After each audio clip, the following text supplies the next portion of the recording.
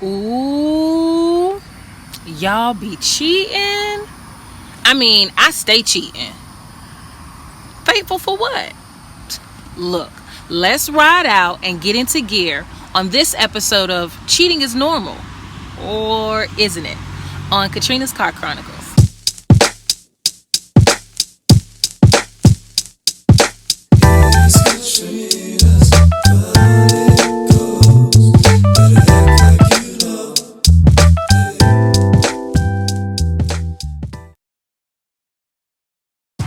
So let's get into it.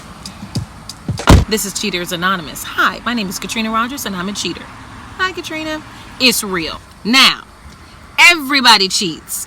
Don't get it twisted. A lot of people want to be real self-righteous. Oh, I ain't never cheated. Boo. Yes, you have.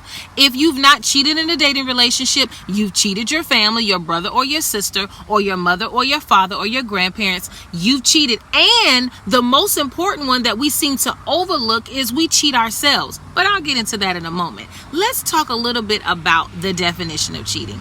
By definition, it is literally mean to be unfaithful to something, not holding a commitment. And then it gets into the whole dating part. But, everybody knows what that means when you're not faithful to the person that you with, your boo, your bae. And people, this is what's interesting to me about cheating.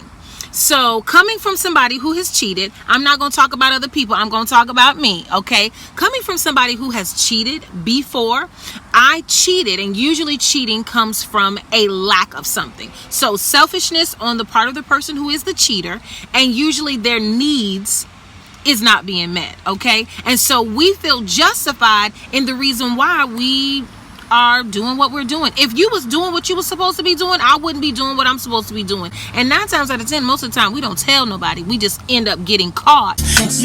Or we're discovered. We get caught. Or, we end up coming out saying, oh, this is what happened, so on and so forth. Ain't nothing to talk about. Whatever. But what we have to take into consideration is that being unfaithful or not committed because someone is not taking care of our needs, we're the one with the problem. Now I'm talking about the cheaters. I'm going to use myself as an example. When I was doing the cheating in a dating relationship, I was so upset and so focused on the fact that those people were not paying me any attention. They were lying to me, to my face. To my face. Don't worry about it. Gotcha. Now, what was crazy is I didn't have proof. I didn't, have no receipts. Honey, you need your receipts. But I didn't have no receipts. The only receipts I had was my intuition. And ladies, let's just say this. Intuition is everything. We don't need to act like, oh, well, if I don't have no receipts. Honey, that is the receipt. Okay, God gave us the biggest receipt, which is intuition. And other stuff come out later. But I'll slow down. When I talk about this whole idea of when I was cheating, it was because I knew something down on the inside of me was saying that, what's happening to me is not right. And you're not being honest. And you know what? Because you don't want to come clean and I asked you about it, I'm going to take care of that. And I decided to do my own thing. Little did I know that even though I felt like I was getting over on that person, who was really getting hurt was me. Instead of me just womaning up and say, you know what? This relationship is not where I needed to be. I'm not getting what I need to get from the relationship. The relationship has changed. I understand that both you and I are not in the same place. Let me decide to make my exit, which was stage left. Yeah, stage left. Your right, my left. Okay. And I didn't. I just felt like, don't worry about it. What you won't know won't hurt you. And little did I know, I was playing both ends of the field and being hurt at the same time because I wasn't woman enough to say, you know what, I want it out. So I was being selfish. And little did I know that it ended up hurting me in the long run.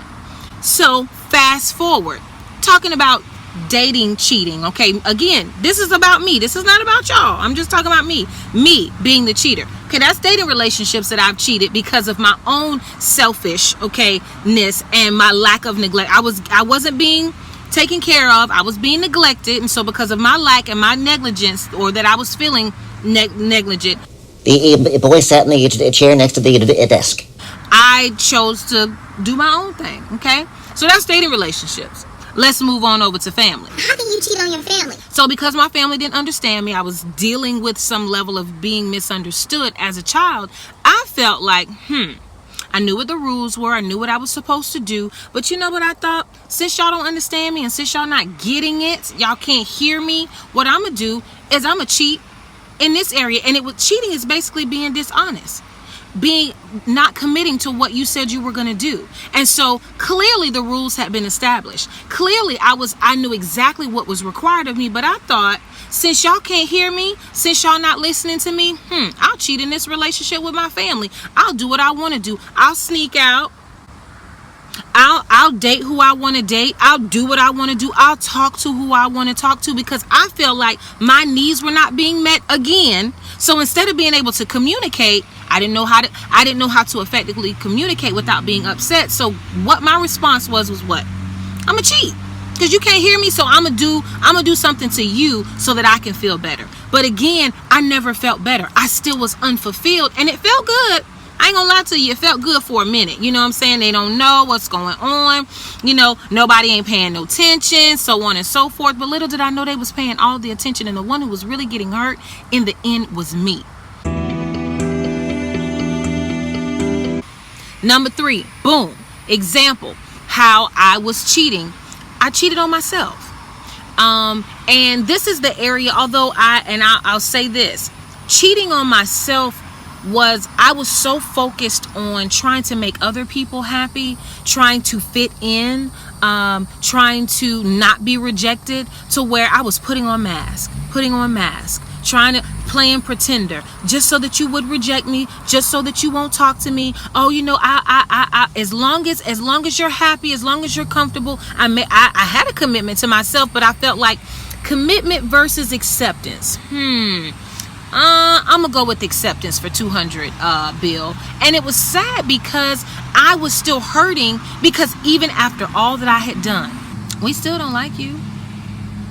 I mean, thanks, but so where am I right now? I find out what I like. I find out who I am. I find out what respect looks like for me, and I don't trade that to be accepted with other people. Because guess what? At the end of the day, if I don't love me, ain't nobody else gonna love me.